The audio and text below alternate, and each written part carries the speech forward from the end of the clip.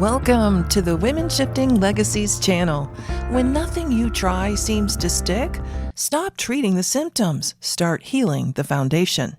Like I always say, when another diet, budget, or organizational system isn't the answer, when the self-help books and productivity apps are not enough, when you're doing everything right but still feel stuck, it's time to look deeper. In today's episode, we're talking about those New Year's resolutions around getting organized. Maybe you've told yourself this is finally the year. Maybe your cart is already full of containers, or you've downloaded the latest productivity app. Maybe you're convinced that if you just find the right system, everything will fall into place. But here's the thing. If it was just about finding the right system, one of the dozens you've already tried would have stuck by now. If it really was ADHD, that last planner would probably have solved everything.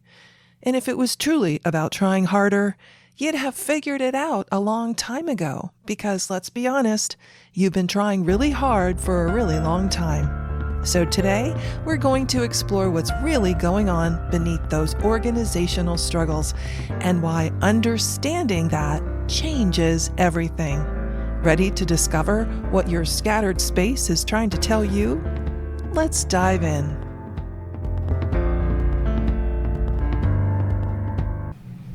Welcome to Women Shifting Legacies podcast. You might be watching on YouTube, you might be listening on the podcast. However you're here, I'm glad you're here. So I want to talk about why your perfect system keeps failing you. So let me paint a familiar picture. You're standing in the container store. Your cart is full of matching bins and beautiful organizers, and you're feeling that surge of hope. This time it's gonna work. This time you're finally getting your life together. Or maybe you're downloading that new productivity app everyone's raving about. You're carefully setting up your tags, your categories. Or maybe you're diving into yet another course on time management, and you're convinced that this system will finally be the one that sticks. Well, I see you. I've been you. And today, we're going to talk about why these solutions keep falling apart, and more importantly, what's really going on beneath the surface. So let's dive in. Okay, let's pop into the cycle. So here is how it typically goes. There's phases. Phase 1 is the hope. So you discover this new system. Maybe it's a bullet journal, or it's this new way to time block, or a revolutionary new app. And so you spend hours setting it up, organizing everything, making sure everything is just so. And it feels amazing, like you finally have control, right? You might have even tried the Liven app or something similar because you felt that, well, maybe I do have ADHD because I can't seem to organize anything. And then there's phase 2, the implementation. So for a few days, maybe even a few weeks, everything works perfectly. You're checking off tasks, maybe you're meeting deadlines, feeling on top of your game, and you think, you know what, this is it. I finally have figured it out. Or you're learning new information on Liven, and it's telling you things and it's asking you questions, but nothing is really changing, right? So this is the implementation phase. Sometimes you've done this so many times you skip the implementation phase. But then there's phase 3, and it's called the crack, because something happens. Maybe it's a stressful meeting at work, or an argument with your ex, or your youngest suddenly announcing college plans, and that throws you off track. All of a sudden, your perfect system starts to slip. Phase 4, the spiral. You try to get back on track, but the harder you push, the more things fall apart. And then shame creeps in. You start to say to yourself, what's wrong with me? Why can't I do this? And you say things like, why can't I stick with anything? Maybe I really do have ADHD, but this Liven isn't working for me. And maybe you're just lazy. Maybe you're broken. And then sometimes we ignore horrible and tough inner critics, and we just try to pretend like it doesn't matter. Like, oh, I'll do that next week, right? You're pushing it off. You're procrastinating. You're pretending like, oh, you didn't really want to do this anyway. You got more important things to do. But it falls off the rails. That's also part of the spiral. And then phase 5, the reset. So you discover another system and you think, oh my gosh, this one is going to work. And the cycle begins again. But here is the deeper truth. Here's what's really happening, and this might surprise you. Your scattered mind isn't broken. It's trying to protect you. All right, let me explain. When we feel emotionally unsafe, our nervous system goes into protection mode. So think about it. Have you ever noticed, maybe it hasn't been recently, but in the past, where you could focus perfectly during a very busy time at work? That's because your brain knows exactly what to do when it senses danger, when you're in a state of being calm. Think about it. When you're in a state where you're not calm, your brain doesn't work. But when you're in a state of feeling really good, very calm, and feeling safe, then your brain can focus and work perfectly even when it gets busy, sometimes even during a crisis. And that is because our brains know exactly what to do when it senses danger. But here's the fascinating part. Your nervous system can't tell the difference between physical danger and emotional overwhelm. So when I say you don't feel safe and your brain doesn't work, you might be thinking, well, of course I'm safe. Well, logically, you know you're safe, but your body is telling a different story. Your mind is in emotional overwhelm.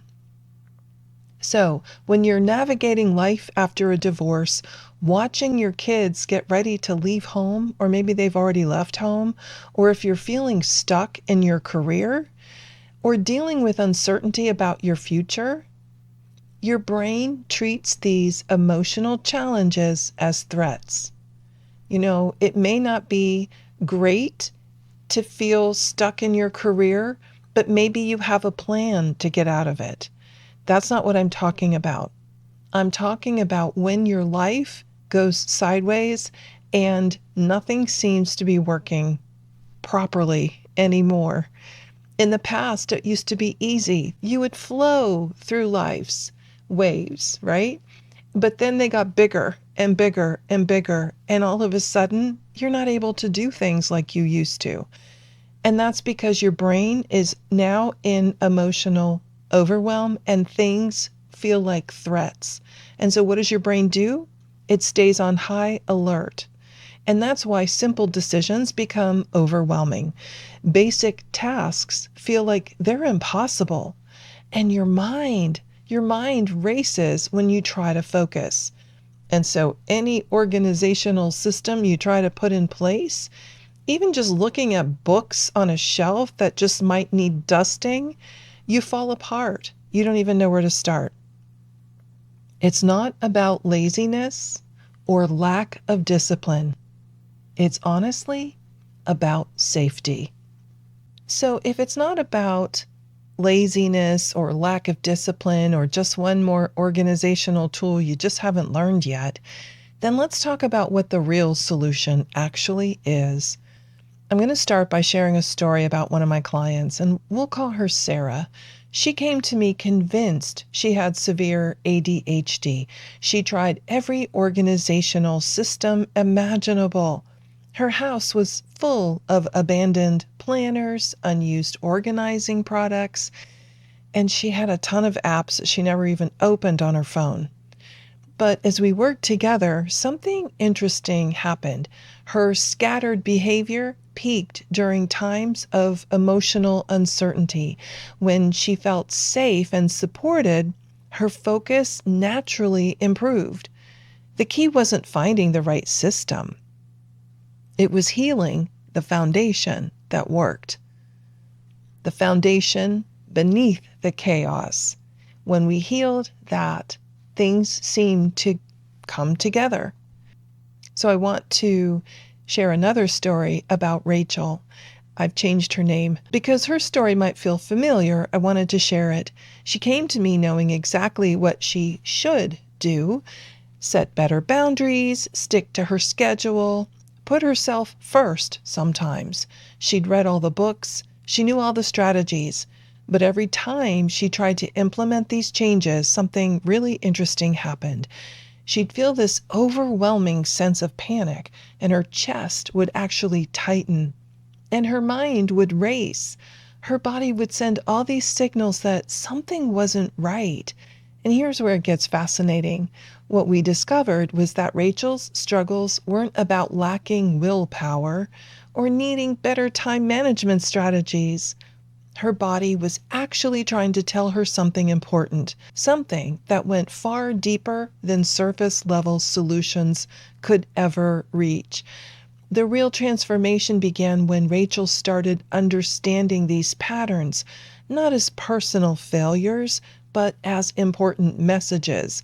She learned to get curious about her responses instead of fighting them. And gradually, she developed a new relationship with boundaries, with rest, and with her own needs. Now, Rachel still helps others, but from a completely different place. She can maintain healthy boundaries without panic. She can rest without guilt, not because she found the right technique, but she addressed what was really driving the patterns. And this is what I mean when I talk about deeper healing. It's not about forcing yourself to develop better habits and then beating yourself up because you didn't stick with it. It's about understanding why those habits formed in the first place and creating new patterns that truly serve you. When we understand that our current struggles, whether boundaries, organization, perfectionism, people pleasing, they often have deeper roots than we realize. When we start to figure this out, we can approach change with so much more compassion, and we can stop fighting ourselves and start understanding ourselves more deeply. And that's when real lasting transformation becomes possible. Okay, so I don't want you to be beating yourself up in 2025 if your quote unquote goals get pushed to the wayside in a couple of weeks or even a couple of months, because it's not about laziness or lack of discipline. As I said before, it's about you feeling safe. And I know that this may be a new concept for a lot of people, but I'm telling you, this is the secret sauce. So what I want to share with you is some ways in which you can start to take back control in your life. And here's what it looks like. First, understand your patterns. Notice when your organization falls apart. I'm going to do another one on dieting and another one on, dieting and exercise. So we'll talk about that in more detail, but you can switch out organizational applications that you've been trying to implement with this diet or this exercise program is going to change my life. So it's understanding the patterns and notice when other things start to fall apart and pay attention to what emotional triggers might be causing it to cascade away from what you really wanted to have happen, and recognize any protection behaviors. Then start to create inner safety. Start with small, manageable steps and focus on just grounding yourself. That's the most important thing that you can do. And you can do that by taking deep breaths and calming down. So in through your nose, out through your mouth. You can say, ah. It really is known to help calm the nervous system. and it builds safety and trust with yourself. So then the third part is to let systems support you, not control, or think that these tools are going to solve everything. You've got to realize that there's some fundamental things that are needing to be addressed that haven't been. And this is why you start to do this every year and nothing really takes, if you know what I mean. So allow flexibility, don't beat yourself up, and create that inner safety with simple things like breathing. There's another thing that you can try, which is the next small thing.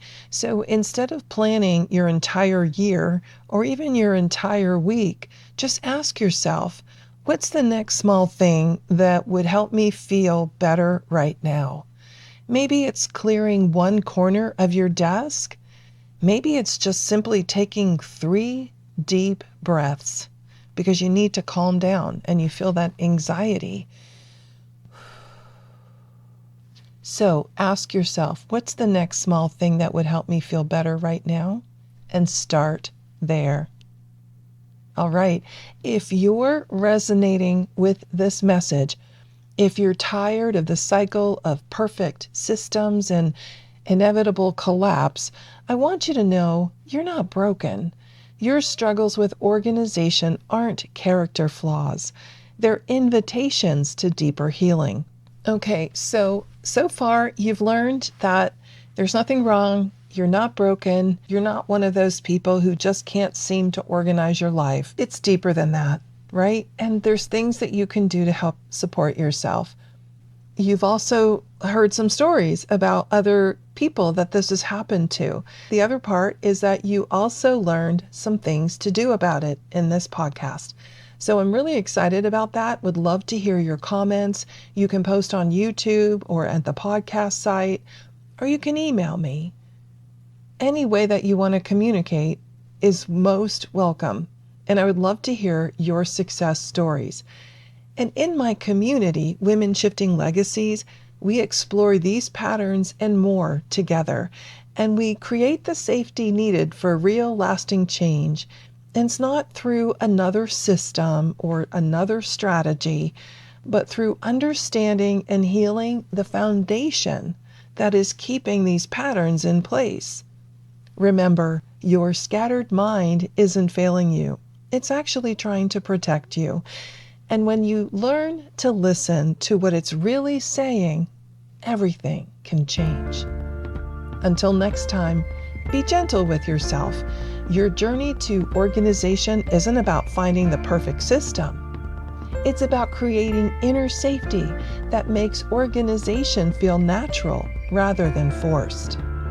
Until next time, take care.